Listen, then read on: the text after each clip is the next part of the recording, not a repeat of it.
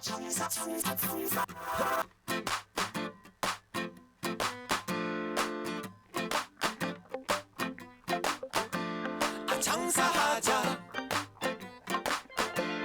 장사하자, 장사하자, 먹고 살자. 오늘도 방실방실 밝은 대한민국의 하늘.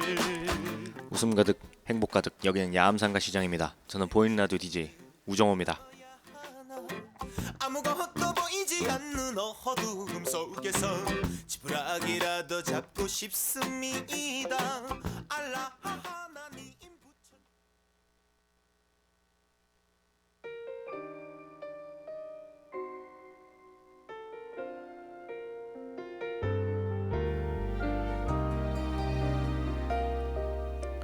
오늘 1월 20일 첫 노래로 윤현민의 사랑의 오늘도 듣고 오도록 하겠습니다. 이제 시작일 뿐이야. 너의 옆에 서는 일 사실 힘들어. 1월 20일 첫 노래로 어딨냐? 윤현민의 사랑의 오늘도 듣고 왔습니다. 네. 날씨가 많이 춥죠? 네. 오늘 아침에도 일어났는데 굉장히 추워가지고 이불 밖을 나가고 싶지가 않았습니다. 네. 솔직히 너무 추워가지고 지금 그 아침에 일어나가지고 씻고 이제 준비를 해서 나와야 되는데 이게 너무 추우니까 이게 이불 밖을 나가기가 싫더라고요. 따뜻하니 네, 등도 따뜻하니까 계속 그 이불 속에서 민기적 거리다가 그래도 나와야 되니까 돈은 벌어야 되니까 나와가지고 또 씻고 뭐 그랬는데 많이 춥더라고요. 바람도 또 많이 불어요 지금. 그저께부터 바람이 많이 불기 시작해가지고 오늘도 많이 부는데 그나마 이제 울산은 이제 눈이 잘 안 오니까 그나마 좀 괜찮은데 저쪽 그 위쪽 지방은 가끔 눈도 내린대요. 네. 이게 그 무슨 북극인가? 네. 이 뭐 있대요. 이게 지금 북극에 있는 찬바람이 한반도까지 내려와 버려가지고 이게 갑자기 추워진 거랍니다. 네. 그게 제가 뉴스를 봤는데 갑자기 기억이 안 나네요. 네.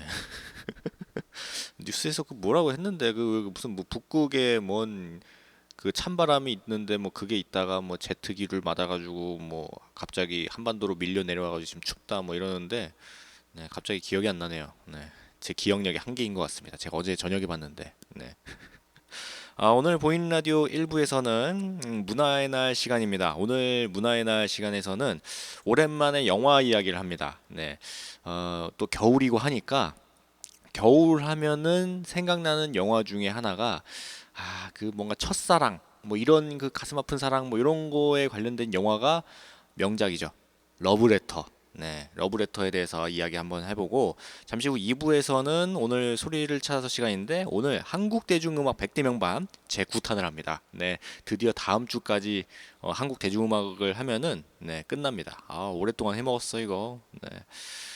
그러면은 노래 한 곡 듣고 오늘 본격적으로 1부 문화의 날 바로 시작해 보도록 하겠습니다. 러브레터 OST를 한번 듣고 올까? 네. 러브레터 OST인 히스 스마일 그는 웃어요 뭐 일단 이런 뜻인 것 같네. 네. 그럼 영어로 써져 있어 노래가. 네. 이게 가사가 없는 그냥 피아노 반주인가 뭐 그럴 거예요. 네. 요거 한번 듣고 오늘 러브레터 시작해 보도록 하겠습니다.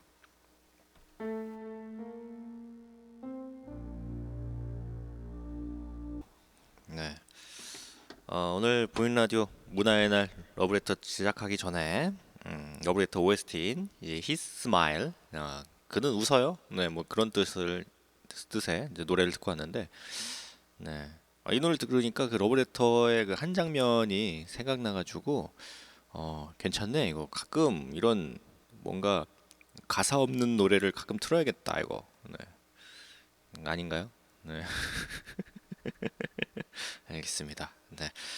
어, 네, 그럼 바로 러브레터 한번 이야기해 보도록 하겠습니다. 일단 이게 일본 영화죠. 네, 사실 제가 그 어렸을 때부터 약간 그 뭐라 약간 보수적인 면이 있었어요. 어렸을 때. 그래가지고 뭔가 그냥 일본 하면 그냥 일본 자체가 그냥 다 싫었어요. 그냥 일본 나라부터 시작해가지고 일본 사람 뭐 일본 음식 뭐가 할 것 없이 그냥 일본 자체 그냥 다 싫었거든요. 그래가지고 일본 만화나 뭐 일본 영화 이런 걸 아예 보지도 않았어요. 그러다가 제가 중학생 때 처음으로 일본 영화, 일본에 대한 그런 뭐 문화라든지 뭐 이런 거에 관련된 어 걸 본 게 바로 이 영화 러브레터였습니다. 네, 제 인생 처음 일본 영화가 러브레터였어요. 그리고 이 러브레터를 보고 난 뒤에 약간 인식이 좀 바뀌어가지고 그래도 일본 영화나 뭐 이런 거는 봐도 되지 않나? 뭐 이래가지고 뭐 일본 영화, 뭐 만화, 뭐 일본 게임, 뭐 일본 문화 같은 걸 한번 보는 뭐 그런 시각이 생겼었습니다. 뭐 하여튼 그랬어요. 이게 일본 감독인 이와이 슌지의 첫 번째 장편 영화인데 한 여성이 죽은 약혼자와 똑같은 이름을 가진 여성과 편지를 주고받으면서 죽은 약혼자의 어린 시절 첫사랑의 비밀을 알게 된다는 이야기예요. 일본 여배우 나카야마 미오가 주인공으로 이렇게 나와 있는데 와타나베 히로코와 약혼자의 첫사랑 이츠키를 1인 2역으로 이제 맡아가지고 연기를 굉장히 잘했어요. 저는 이거 보면서 그 인식이 바뀌었던 그 결정적인 게 이 나카야마 미호가 연기를 굉장히 잘해가지고 그때 중학생 때였는데 중학생인 제가 봐도 연기를 정말 잘하더라고요. 그래서 굉장히 좋았던 그래서 이 영화 찍고 상도 많이 받았습니다. 이 누나가 이 누나라고 해야 되나? 하긴 누나는 누나니까 하여튼 요 이야기를 잠깐 보게 되면 근데 이거 러브레터 안 보신 분들은 약간 스포일러가 될 수도 있어서 네 모르겠다 그냥 얘기합시다 그냥 약혼자인 후지 이츠키가 등산 도중에 이제 조난으로 세상을 떠난 지 2년이 흘렀지만 고베에 살고 있는 와타나베 히로코는 아직 그를 잊지 못합니다.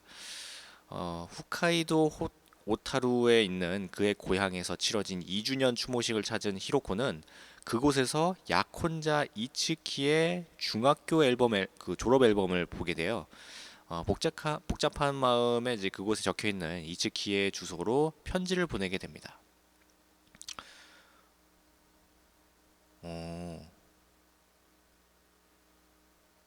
어, 그래? 맞아, 그랬다. 네. 갑자기 기억이 생각나. 이게 제가 중학교 때 본 거라서 지금 한 10년 전, 10년도 더 지난 일이라서 기억이 잘 안 나는데, 맞아. 네. 그러던 어느 날 그녀는 놀랍게도 이 약혼자인 후지 이츠키에게 답장을 받게 돼요. 죽은 줄 알았던. 네. 그 이츠키의 이제 주소로 이제 편지를 그냥 보고 싶으니까 그냥 그 편지를 적어가지고 그냥 이츠키의 옛날 주소로 그냥 편지를 보내버렸는데 그 며칠 뒤에 놀랍게도 이 후지 이츠키라는 이름으로 편지를 받게 되는 거예요. 하지만 이 편지는 약혼자인 후지 이츠키와 같은 중학교에 다녔던 그 약혼자와 이름이 똑같았던 여학생인 후지 이츠키가 보낸 겁니다. 네, 그러니까 이름만 같은 거예요. 네. 히로코는 자신의 약혼자와 같은 이름을 가졌던 여학생이 있었다는 사실을 알게 되고 앨범을 다시 찾아본 다음에 그녀가 자신과 많이 닮았다는 사실을 깨닫게 됩니다. 그러니까 이름이 똑같은 여학생인데 사진을 보니까 자기랑 정말 똑같이 생긴 거예요. 네, 거의 쌍둥이가 다름없을 정도로 뭔가 그 호기심 뭐 그런 것과 그 약혼자에 대한 그리움에 이끌려 가지고 히로코는 그 이름 똑같은 그 여자랑 계속해서 편지를 주고받게 됩니다. 하지만 히로코의 연인인 이제 아키바 시게루는 여전히 이츠키를 잊지 못하는 히로코를 보면서 약간 착잡한 감정을 갖게 돼요. 네, 물론 이제 약혼자인 그 약혼자를 이제 죽어서 떠나 보냈지만 그 뒤에 이제 다시 남자를 만든 거죠. 네, 아키바 시게루라고. 약간 욕같이 들리네 이거. 네, 하여튼 한편 히로코와 편지를 주고받는 이즈키는 고향에 남아가지고 도서관에서 일을 하면서 살고 있어요. 히로코와 편지를 주고받으면서 이츠키는 중학교 시절 자신과 이름이 같은 남학생 이츠키와 있었던 일들을 하나씩 회상하기 시작합니다. 어린 시절 그녀는 자신과 이름이 같은 남학생 후지 이츠키 때문에 아이들에게 연인이라고 막 뭐 제 남자친구 아니냐 뭐 이러면서 놀림을 받게 되니까 그랑 그 남자애랑은 별로 편하게 지내지 못했었어요. 하지만 같은 이름을 가진 탓에 시험지가 바뀌거나 하는 등의 약간 그 소소한 사건들에 항상 같이 휘말리게 되면서 점점 서로를 알아가게 됩니다. 네. 어, 갑자기 이 줄거리를 얘기하니까 그때가 생각이 막 새록새록 나네요. 네. 이쯤에서 노래 듣고 오도록 하겠습니다. 네. 음, 어딨냐? 어, 어, 아이 김용진이죠? 네, 김용진이 부른 이제 봄날 그리고 김용임의 사랑님 요 두 노래 듣고 오늘 일부 문화의 날 러브레터 네, 첫사랑의 아이콘 네, 러브레터 계속 이야기하도록 하겠습니다.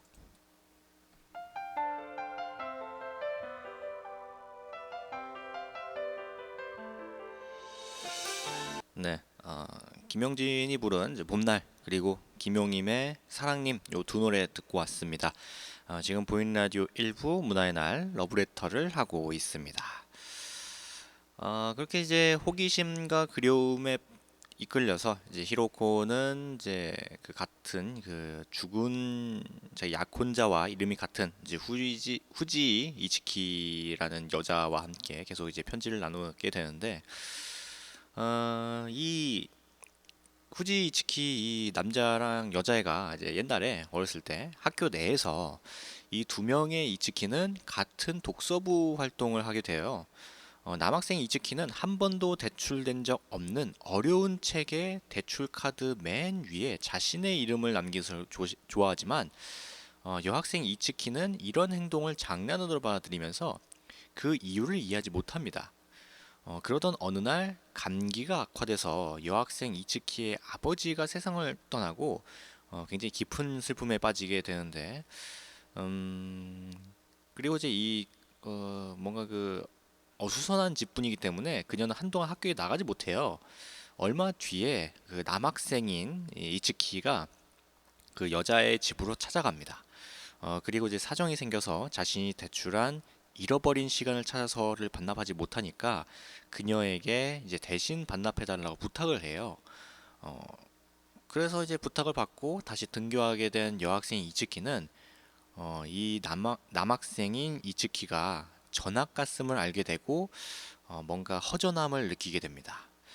남학생 이츠키와의 추억을 더듬던 이츠키는 자신이 다녔던 중학교에 찾아가는데 그곳에서 대출 카드 가득 남아있던 후지 이츠키라는 이름 덕분에 그녀는 도서부 아이들의 뜻하지 않는 이제 환대를 받게 됩니다.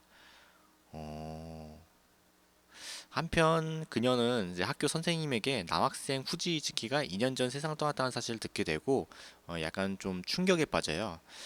며칠 뒤에 도서부 아이들이 이츠키를 찾아옵니다. 그리고 그녀에게 잃어버린 시간을 찾아서를 건네주면서 그 안에 들어있는 대출 카드의 뒷면을 보라고 이야기해줘요. 거기에는 남학생 이츠키가 어, 그려준 이츠키 자신의 모습이 그려져 있습니다. 네.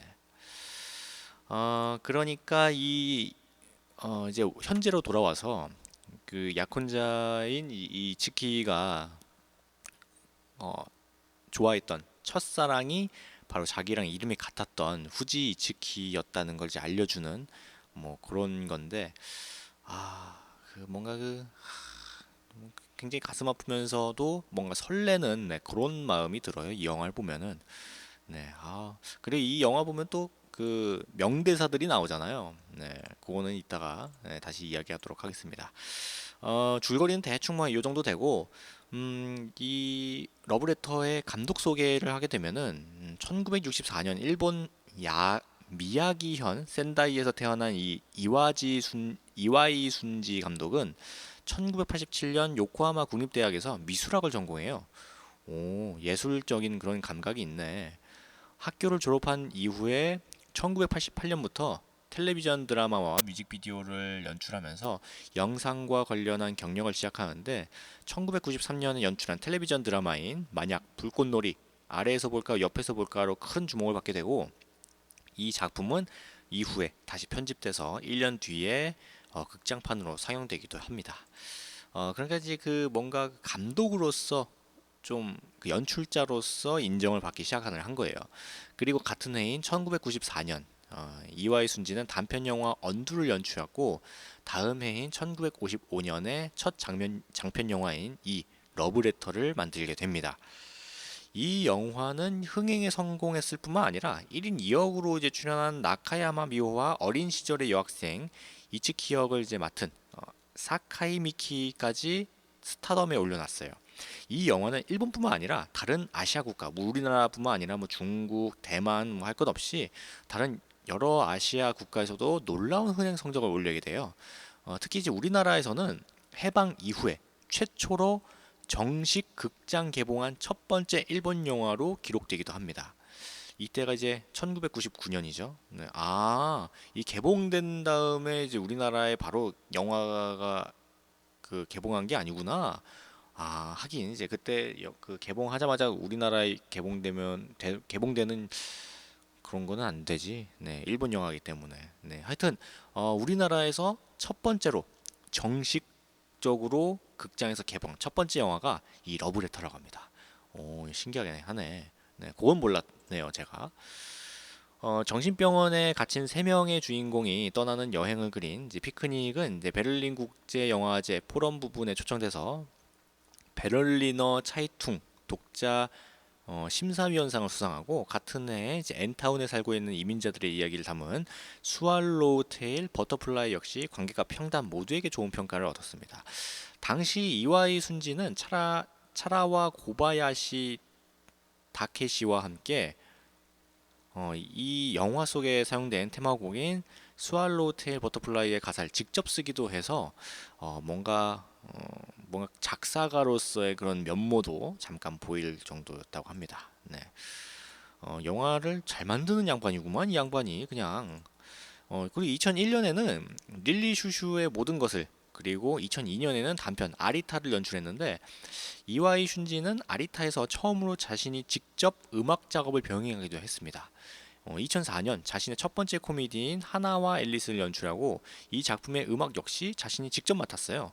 그리고 2006년에는 구마자와 나오토 감독이 연출한 무지개 노래의 프로듀서를 맡기도 하고 여기에는 이전에 이제 이와이 슈지와 함께 작업했던 이치하라 하야토나 아니면 아오이 유 그리고 아이다 쇼코 같은 배우들이 출연하기도 했습니다. 다큐멘터리에도 관심이 많았던 그는 이치가와 곤 감독에 대한 다큐멘터리를 만들기로 하고 후쿠시마 원전 사고 이후 일본인들의 모습을 담은 이제 다큐멘터리 3.11 이와이 슌지와 친구들을 연출하기도 했습니다. 그리고 2011년에는 영어 대사로 진행되는 그의 첫 번째 영화인 뱀파이어를 연출하기도 해요. 네. 그러니까 이 러브레터를 만든 이 이와이 슌지 감독이 여러 방면에서 활동을 했네요. 음악도 만들고 그림도 그리고 다큐멘터리도 만들고 뭐 코미디도 만들고 드라마도 하고 뭐 다 하네 이 양반. 네, 그 능력이 있는구만. 네. 네. 그리고 이 러브레터로 다시 돌아오면은 이 영화는 히로코와 이츠키가 우연히 주고받게 된 이제 사랑에 관한 편지, 러브레터죠. 이 러브레터를 통해서 두 여성이 얻게 되는 사랑에 관한 깨달음에 대한 이야기라고 할 수가 있습니다. 히로코는 이츠키의 편지를 통해서 자신이 알지 못했던 약혼자 이츠키의 여러 모습을 알게 되고 자신이 그의 첫사랑과 닮았다는 점도 알게 됩니다. 약간 슬프긴 하네. 하지만 이 모든 과정은 히로코로 하여금 2년 전에 세상을 떠났던 그를 애도하면서 보내줄 수 있는 용기를 선물해줘요. 한편 이츠키는 히로코에게 편지를 쓰는 과정을 통해서 자신의 과거 기억들을 정리하고 그 속에서 어린 시절 미처 깨닫지 못했던 사랑의 기억들을 뒤늦게 이제 만나게 되고 깨닫게 되는 그런 과정입니다. 이 러브레터를 보면서 이 첫사랑이나 뭐 그런 거에 대해 그 생각을 많이 한 분들이 많다고 해요. 저는 사실 이 러브레터 볼 때 당시에는 저는 모태 솔로였기 때문에 그때 당시에는 그냥 어 그냥 간접적인 경험으로 이 영화를 봤거든요.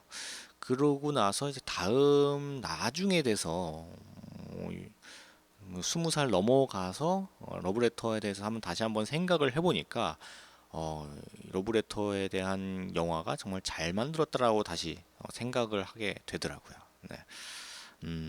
노래 듣고 오도록 하겠습니다. 어, 신청곡이 들어왔어요. 네. 신청곡이 신하위의 미인 그리고 송창식의 담배가게 아가씨 이 두 노래 틀어달라고 신청곡이 들어왔습니다. 네. 참. 네. 그럼 신청곡인 신하위의 미인 그리고 송창식의 담배가게 아가씨 이 두 노래 듣고 이 러브레터에 대해서 계속 이야기하겠습니다. 참 이 러브레터 그 첫사랑 막 이런 얘기하고 있는데 갑자기 미인이랑 담배가게 아가씨라니. 네, 하여튼 노래 듣고 오도록 하겠습니다.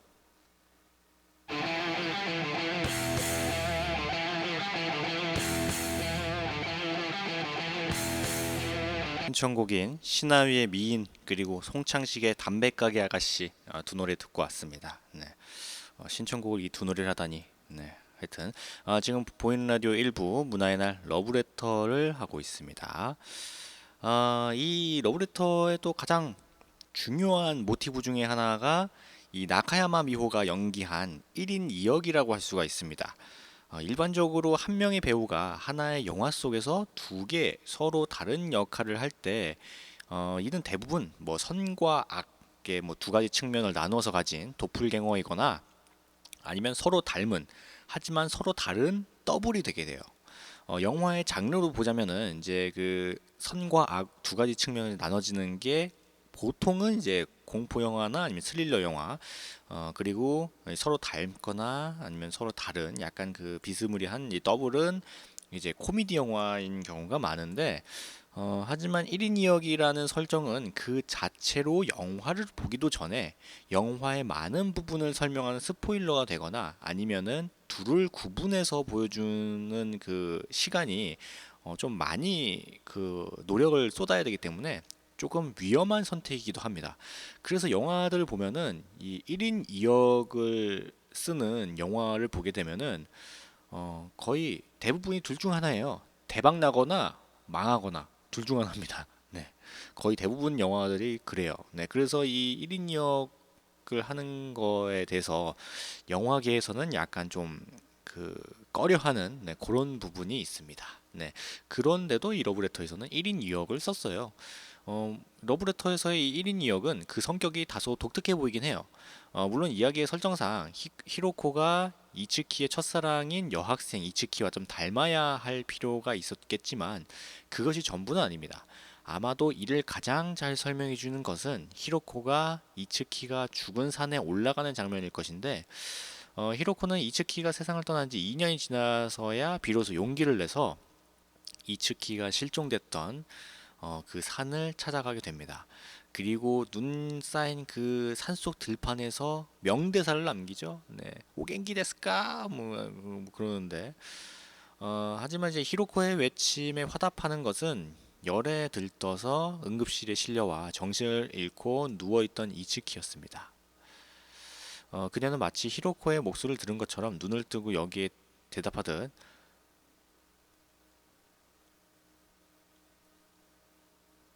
네.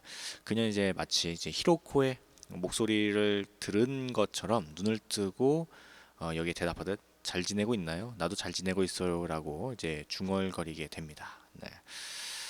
이 장면에서 이와이 순지는 이 모습을 마치 히로코와 이츠키가 서로 이야기를 주고받는 것처럼 반복해서 교차 편집 방식으로 이제 보여주게 되는데, 물론 이 장면은 히로코가 보낸 최초의 편지가 자신의 죽은 약혼자 이츠키의 어린 시절에 가닿지 못하고 또 다른 이츠키에게 잘못 도착한 것과 마찬가지로 히로코가 약혼자 이츠키를 불러냈을 때 다시 한번 다른 이츠키가 잘못 대답하는 것을 이제 보여줌으로써 이 영화의 또 다른 중요한 모티브인 오인을 상기시킵니다. 이제 잘못한다는 뭐 그런 뜻이죠. 하지만 이제 이 오인의 대상이 바로 1인 2역을 맡은 한 명의 배우라는 점은 결국 히로코의 외침이 가닿는 대상이 결국 자기 자신이라는 사실을 보여주게 돼요. 말하자면 이 외침은 히로코가 약혼자가 세상을 떠나고 혼자 남은 자기 자신에게 이렇게 살아도 괜찮겠냐라고 자신에게 묻는 질문과 다름이 없는 겁니다. 그리고 이제 이와이 순지는 기꺼이 병실에서 깨어난 이츠키의 입을 벌려서 괜찮다라고 답을 해줍니다. 히로코가 또 다른 자기 자신인 이츠키를 통해서 죽은 약혼자를 애도할 수 있었다면 이츠키 역시 히로코를 통해서 미처 알지 못했던 사랑을 뒤늦게 깨닫게 되는 겁니다. 네. 이 명대사 이 명장면이 있죠. 네. 정말 그 개봉 당시부터 해가지고 아직까지도 유행어로 남아있는 전설적인 대화가 있는데 히로코가 이츠키가 죽은 이제 산속 눈밭에 올라가서 오열하는 장면이죠. 오 겐키 데스까? 네, 와타시와 겐키 데스 뭐 이러면서 막 소리 지르면서 막 그 하는 장면이 있는데 그 장면이 굉장히 아름다워요. 그 역시 이 감독이 그 미술 전공한 거가 이게 뭐 효과가 있는지 모르겠는데 그 그림을 되게 그 영화 그 화면을 되게 잘 잡았어요. 이쁘게. 네, 그래서 이 장면이 더 사람들의 기억에 많이 남지 않나 이런 생각도 하고 이 또 유행어도 많은 또 패러디를 남겼죠. 각종 그 뭐 코미디 프로라든지 뭐 그런 데서 많이 이제 끌고 와서 이제 이용을 해서 굉장히 아직까지도 회자되고 있는 명장면, 명대사 중에 하나입니다. 오늘 그 문화의 날 로브레터 마지막으로 수상 경력을 한번 또 보게 되면은 상을 많이 받았네. 1996년 일본 아카데미상 신인 남자 배우상에 이제 그 남자 주인공이었던 가시와바라 다카시가 받았고 이제 신인 여자 배우상에 그 여자 주인공인 사카이 미키 그리고 인기상의 도요카와 엑스시 1995년에 이제 또 호치 영화상의 최우수 여배우상, 최우수 남무조연상, 그리고 이 1996년에 블루 리본 어워드 최고 여배우상, 1996년 요코하마 영화제 최고 영화상, 최우수 남자 배우상, 최우수 여자 배우상, 최우수 신인 배우상, 최우수 감독상, 최우수 촬영상 그냥 다 가져갔어 이 양반들이. 네. 이 러브레터 그냥 다 가져갔어요. 그때 그 개봉했을 때 우리나라 그 무슨 그 뭐지 영화 그 뭐라고 뭐 시상식 하잖아요. 그런 거 하면은 뭐 다 가져가듯이 뭐 얘네도 이 러브레터가 다 가져갔네요. 그때 당시에 개봉했을 당시에. 네, 참 네. 영화 잘 만들었네 하여튼. 네. 이 러브레터에 사용됐던 음악을 보면은 러브레터의 음악이 이제 만약 불꽃놀이 아래에서 볼까 옆에서 볼까 피크닉 언두 등에서 이와이 순지와 여러 차례 작업을 함께했던 레미디오스가 담당을 했습니다. 네. 테마곡이 이제 윈터 스토리라든지 아니면은 아까 맨 처음에 들었던 히스 스마일도 이 레미디오스가 담당해서 만든 노래예요. 네. 그래서 노래를 보게 되면은 뭔가 그 아름다운 정조를 만들어내게 되죠. 네. 그 러브레터의 영화랑 딱 그 잘 맞게 만든 것 같습니다. 네. 아, 네, 이렇게 해가지고 오늘 문화의 날 러브레터에 대해서 이야기를 쭉 했는데 혹시 못 보신 분들이 계시다면 네, 한번 어디 뭐 비디오 요즘에 비디오방 있나? 아니 비디오방이 아니라 그 비디오 그 빌리는 곳 비디오 대여점이 아직 있나? 아닌가? 뭐 하여튼 뭐 그 아니면은 CD라든지 아니면 뭐 인터넷에 그 이제 돈 주고 받을 수 있는 다운 받을 수 있는 그런 곳도 있으니까 러브레터 한번 보시는 것도 좋을 것 같습니다. 네. 그리고 이제 한번 보셨던 분들도 오랜만에 뭐 연인이라든지 뭐 남편 뭐 마누라랑 같이 러브레터 한 번씩 보는 것도 좋을 것 같습니다. 아니면 뭐 친구들이랑 같이 봐도 되고. 네. 그러면 잠시 후 2부 소릴차서에서 배워야 되는데 야암상가 시장 노예교실 노래를 듣고 오도록 하겠습니다. 강진의 어느 구름에 비들었는지, 베이로의 오뚜기 인생, 김선미의 님마중, 성희의 사랑도둑, 진성의 보릿고개, 조항조의 사랑이 밟혔더냐, 나훈아의 짜다라 잘난 것도 없는 님이시여까지 네, 7곡 노래 듣고 잠시 후 2부에서 뵙도록 하겠습니다.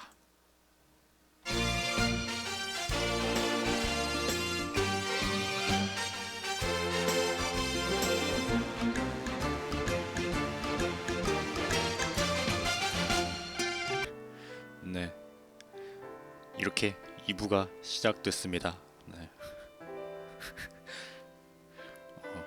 배경음악으로 이제 러브레터 OST 윈터 스토리를 깔면서 2부를 시작하니까 기분이 약간 이상하네요. 그냥 끕시다. 네. 아우 뭐야 이거. 네. 괜한 짓을 했네요. 네. 뭔가 그 아쉬워가지고 러브레터 OST인 윈터 스토리를 한번 틀면서 2부를 시작해봤는데 생각보다 그냥 안 하는 게 나을 것 같네요. 아까 그 노래가 나가다가 저 야암상가 시장 노래교실 노래 듣 나가다가 중간에 갑자기 그 이해란의 백세 인생이 나갔죠. 네, 거기 이제 갑작스럽게 또 신청곡이 들어와가지고 제가 화장실 갔다 온 사이에 그 신청곡이 들어와가지고 네, 갑작스럽게 또 틀게 됐습니다. 네, 화장실을 맘대로 못 가. 뭐 언제든지 상관없으니까 듣고 싶은 노래 신청하시고 싶은 분들은 언제든지 뭐 오셔가지고 듣고 싶은 노래 말씀하시면 제가 틀어드리도록 하겠습니다. 제가 뭐 여기 오시기 힘들거나 아니면 저한테 말씀하시 좀 그러면은 저희 핸드폰 야암상가시장 검색하시면은 어플 나오니까 거기에서도 이제 신청곡 올리시면은 제가 계속 보고 있으니까 올라오면 제가 바로 틀어드리도록 하겠습니다. 네. 그러면은 2부 본격적으로 시작을 해야 되는데 2부는 소리를 찾아서 시간입니다. 오늘 소리를 찾아서에서는 역시 한국 대중음악 100대 명반 제 9탄을 하는데 이제 다음 주까지 하면은 네, 오늘 한국 대중음악 100대 명반이 끝나네요. 약간 아쉬운데 좀 더 해먹어야 되는데요. 네.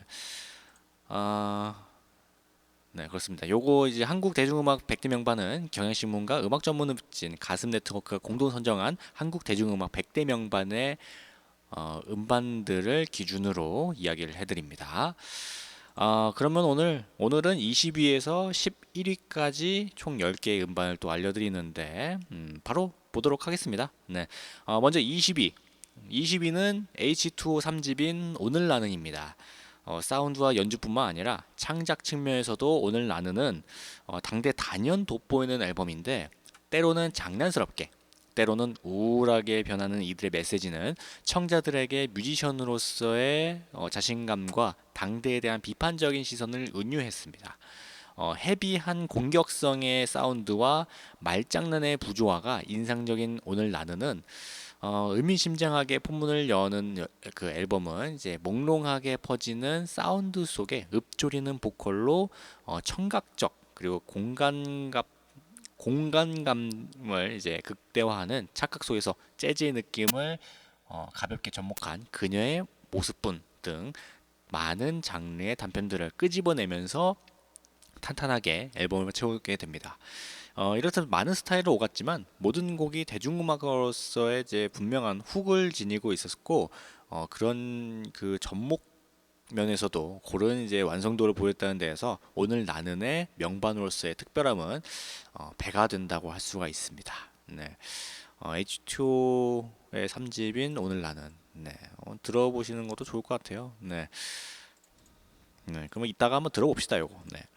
그 다음을 넘어가면은 이제 19위가 한영애의 바라본다인데 1집 앨범이 새로운 여성 뮤지션의 상을 제시했다면 이 한영애의 바라본다 이 앨범에서는 한영애 자신의 목소리를 찾아내고 그것을 적절히 표현해낸 앨범입니다.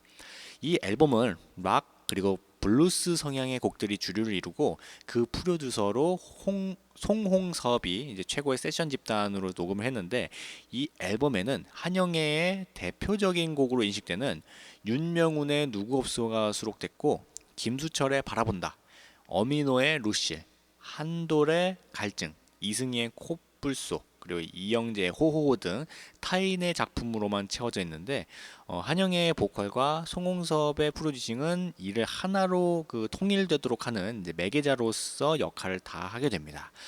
더불어서 이 앨범에서는 유재하를 추모하는 의미에서 담은 이제 유재하의 곡 비애가 수록되기도 합니다. 네.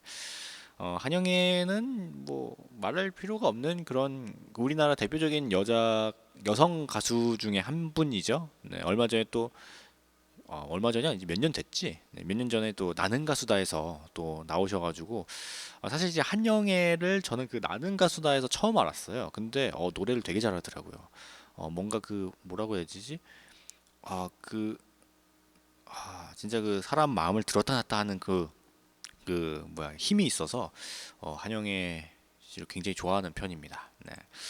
다음으로 또 넘어가서 18위는 부활 1집 Rock Will Never Die입니다. 네, 노래 그 앨범을 영어로 해놨어 짜증나게. 네, 하여튼 부활은 신화위와도 또 백두산과도 다른 성향의 음악을 들려주는데 부활은 헤비메탈보다는 멜로디가 좋은 락밴드란 말이 더 어울리는 음악을 들려줍니다. 부활의 음악은 동시대 밴드들보다 대중적이었고 어떻게 보면 보다 여성적일 수가 있습니다. 이런 차별화된 이들의 음악은 당시 대중들에게 폭발적인 반응을 이끌어냈고 락에서부터 클래식 그리고 기존의 대중가요까지 폭넓게 수용한 김태원의 음악과 이승철의 미성은 각 그 방송국의 방청석과 공연장의 객석을 여성 팬들로 가득 채우게 만들었습니다. 희야, 비와 당신의 이야기, 슬픈 환상 등 그 노래들은 부활만의 애절하면서도 대중적인 감성을 느끼기에는 부족함이 없는 굉장히 좋은 곡들이고 인형의 부활은 비와 당신의 이야기와 함께 이 앨범의 백미로 당시 기타리스트로서의 김태원이 갖고 있던 자신감이 물씬 풍기는 락과 클래식이 만나는 그 멋진 결과물 같은 겁니다. 네. 그래서 이 부활을 좋아하시는 분들은 이 부활 1집 락 윌 네버 다이 이 앨범을 아직도 소장하시는 분들 많다고 해요. 그리고 이 앨범을 살려고 이제 비싼 값을 주고도 살려고 하시는 분들도 계신다고 해서 어, 굉장히 좋은 명반으로 꼽힌다고 합니다. 네. 음악을 하는 사람들 사이에서도 네. 밴드를 하는 사람들에서는 거의 음, 진짜 그 꼭 가져야 되는 그런 컬렉션 중에 하나라고 하네요. 그럼 이쯤에서 노래 듣고 오도록 하겠습니다. 20위였던 H2O의 오늘 나는 그리고 18위 이제 부활의 비와 당신의 이야기 요 두 노래 듣고 한국 대중음악 100대 명반 계속 이야기하도록 하겠습니다.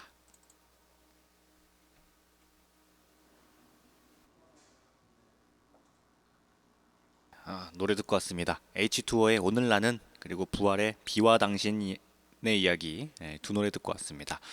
지금 보이는 라디오 2부 소리를 찾아서 한국 대중음악 100대 명반 재구탄을 하고 있습니다. 계속해서 17위부터 가게 되면은 17위는 김현철 1집인 춘천 가는 기차입니다. 순천이 아니지 춘천이지. 첫 앨범을 들은 많은 이들이 그에게 20살의 천재 키보디스트 뭐 제2의 유재하 같은 이제 수식어를 달아줬는데 그는 무엇보다 진부하고 식상하던 대중음악계의 도식적 문법을 과감하게 벗어던졌습니다. 똑같은 박자의 전형적인 코드로 응수하던 아니란 음악계에 재즈 코드를 도입해서 화성을 폭넓게 사용했어요.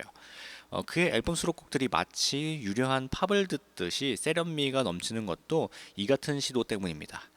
잡으시면는지 모르겠지만 자만심이었을 수도 있죠. 네, 첫 앨범에서부터 그는 과감하게 프로듀서 김현철이라는 표현을 썼습니다. 그의 세련된 선율을 인정하던 동료 선후배 뮤지션들도 국내에 프로듀서가 처음 탄생했다면서 자랑스러워했습니다. 첫 앨범 이후 몇 장의 자신의 앨범을 내기까지 그리고 다른 가수의 음반의 프로듀서로 적극 나서면서 그는 이제 잘 듣고 제대로 표현하는 뮤지션으로서의 입지를 다졌습니다. 20대 초반에 벌써 국내 5대 프로듀서 안에 포함될 정도로 그는 이제 능력을 인정받고 있었어요. 그러니까 진짜 그 프로듀싱 뭐 하여튼 이런 면에서는 우리나라에서 굉장히 그 방구 좀 낀다는 그런 양반이 이 김현철입니다. 네. 음, 사실 네 그렇습니다. 네, 사실 김현철 하면은 이 동명이인의 개그맨 있죠. 그 사람이 갑자기 떠올라가지고 좀 그런데 넘어가도록 하겠습니다. 이 노래는 16위는 이문세 4집인 사랑이 지나가면입니다. 당시 팝 중심으로 음악을 감상하던 젊은이들에게 한국 가요는 세련되지 못하다라는 편견이 이 한 장의 앨범으로 깨지게 됩니다. 난 아직 모르잖아요를 히트시킨 가수 이문세와 작곡가 이영훈 콤비는 이 앨범에서 완벽하게 결합하면서 한국 발라드의 클래식 한 편을 탄생시켜요. 이영훈의 탄탄한 화성과 현악 연주 그리고 시적인 가사가 절제된 이문세의 창법과 어울리면서 웰메이드 가요가 가능함을 알려준 것입니다.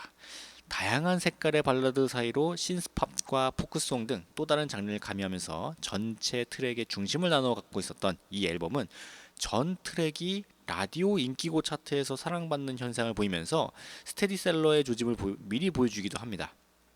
당시 타이틀곡 중심으로 앨범이 제작되던 가요계 풍토는 이 앨범의 성공으로 앨범 위주의 제작으로 조금씩 변하기 시작해요. 음악성과 대중성이 조화를 이룬 한국 발라드의 교과서라고 할 수가 있습니다.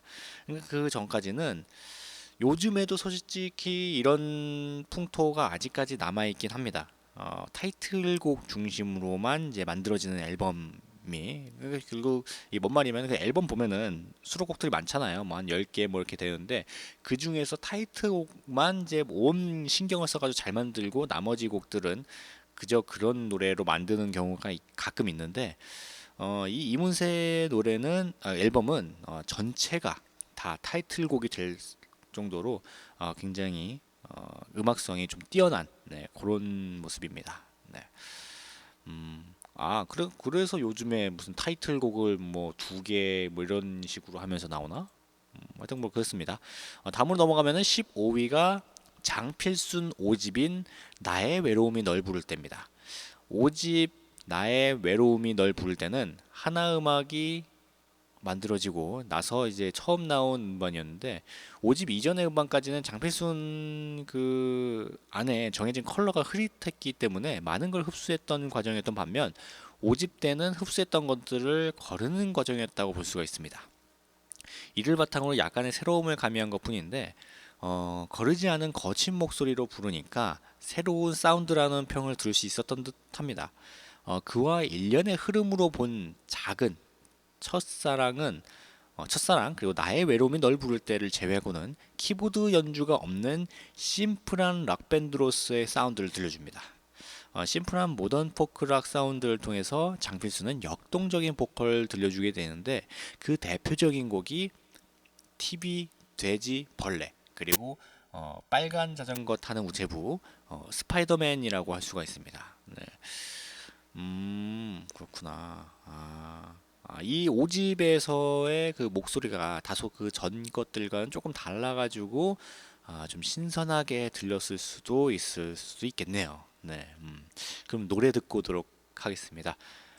16위였던 이문세의 깊은 밤을 날아서 그리고 15위인 장필순의 나의 외로움이 널 부를 때 이 두 노래 듣고 오도록 하겠습니다. 노래 듣고 왔습니다. 이문세의 깊은 밤을 날아서 그리고 장필순의 나의 외로움이 널 부를 때 이 노래 듣고 왔습니다. 계속해서 한국 대중음악 100대 명반을 이야기하면은 14위가 시윈과 촌장 2집인 푸른 도시입니다.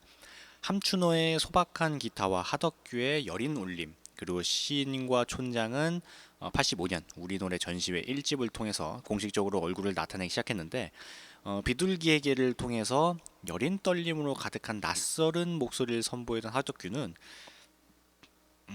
이후 86년 푸른 돛을 통해서 내면으로 파고드는 가사 쓰기 함춘호의 기타를 통해서 이전의 포크와는 다른 감성을 보이게 되는데 미술을 전공한 하덕규의 파스텔로 그려진 이제 앨범 자켓 그리고 시와 같은 은유가 돋보이는 서정적인 가사 하덕규의 미성 등이 어우러진 이 앨범은 어두운 시대를 살고 있는 어른들을 보듬어주는 한편 뭔가 동화와 같다라는 표현을 할 수가 있습니다.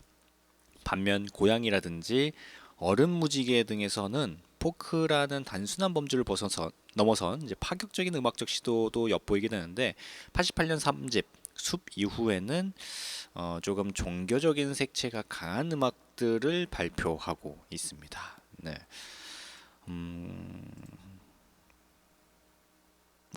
그래? 네. 넘어가도록 하겠습니다. 13위는 이제 김현식의 3집인 이제 비처럼 음악처럼인데 김현식 앨범의 흐름을 그래프로 나타내게 되면은 그 3집은 단연 그래프 정점에 위치할 겁니다.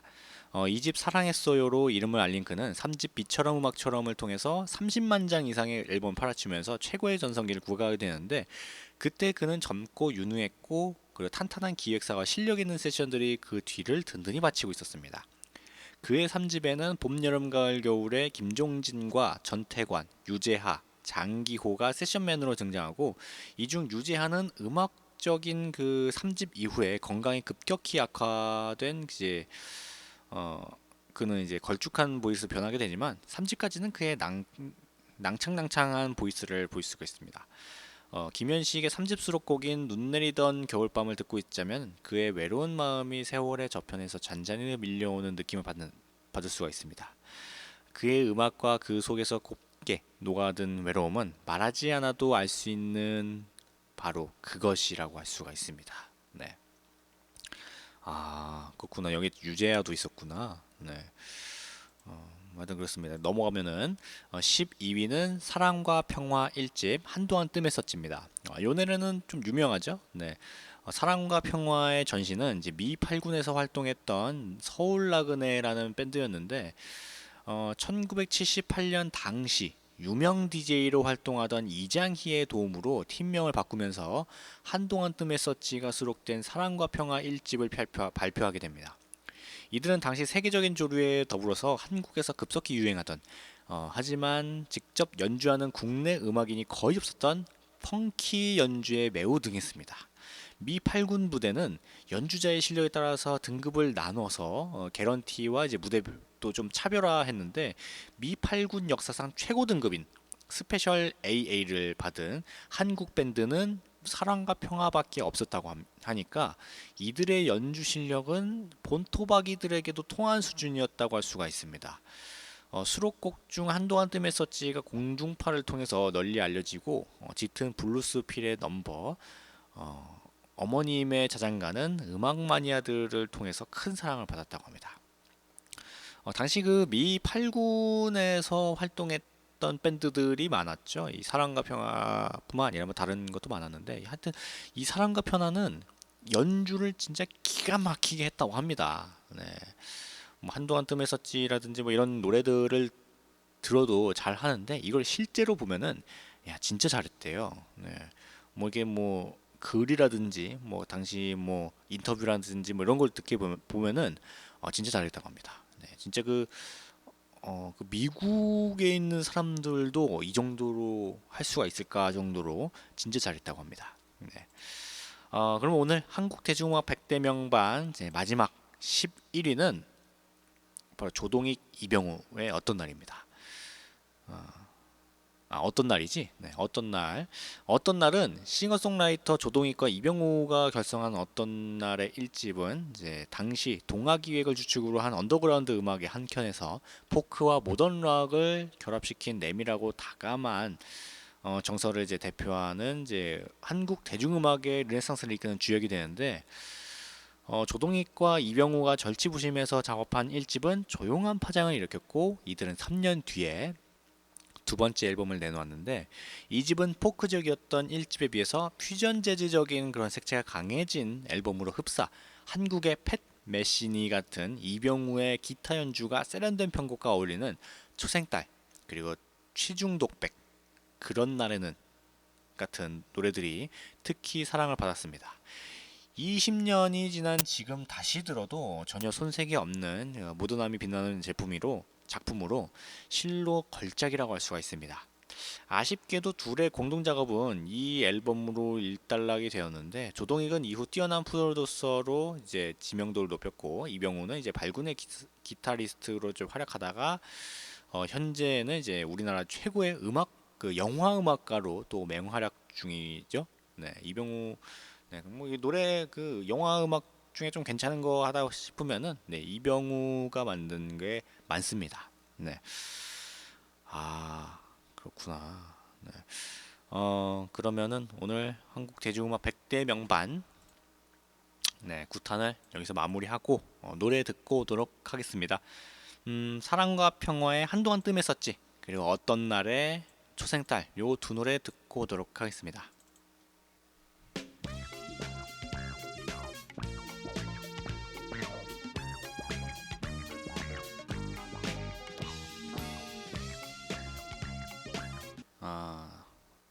사랑과 평화에 한동안 뜸했었지. 그리고 어떤 날에 초생딸 두 노래 듣고 왔습니다. 이렇게 해서 오늘 보이는 라디오 순서는 다 했는데 아까 1부에서는 문화의 날 시간, 이제 문화의 날에서는 이제 러브레터에 대해서 이야기했고 어, 또 이제 2부에서는 소리를 찾아서 시간, 이제 한국 대중음악 100대 명반 제9탄을 했는데 러브레터, 네, 뭔가 첫사랑에 대한 그 기억이 있다면 사랑에 대한 그런 걸 다시 한번 생각을 해보고 싶다면은 적극 권장해드리는 네, 아주 좋은 영화였고 그리고 이번 주에 한국 대중음악 100대 명반 9탄을 했는데 다음 주 소리를 찾아서 시간에 한국 대중음악 100대 명반 하면은 야, 그 길고 길었던 한국 대중음악 100대 명반을 다 하는 거네요. 오래 했어 이거. 네. 근데 한국 대중음악 100대 명반 끝나면 소리를 찾아서 시간에 뭐 하지? 네, 갑자기 막막해지는 네, 그런 거네요. 네. 하여튼 오늘 좀 날씨가 좀 많이 춥습니다. 요즘에 네, 며칠 동안 이게 날씨가 조만간 안 풀린대요. 아직 뭐 며칠 동안 계속 지속이 된다고 하니까 좀 감기 걸리지 않게 좀 옷 좀 따뜻하게 입고 내복을 필히 입읍시다. 네, 내복이 최고예요. 네.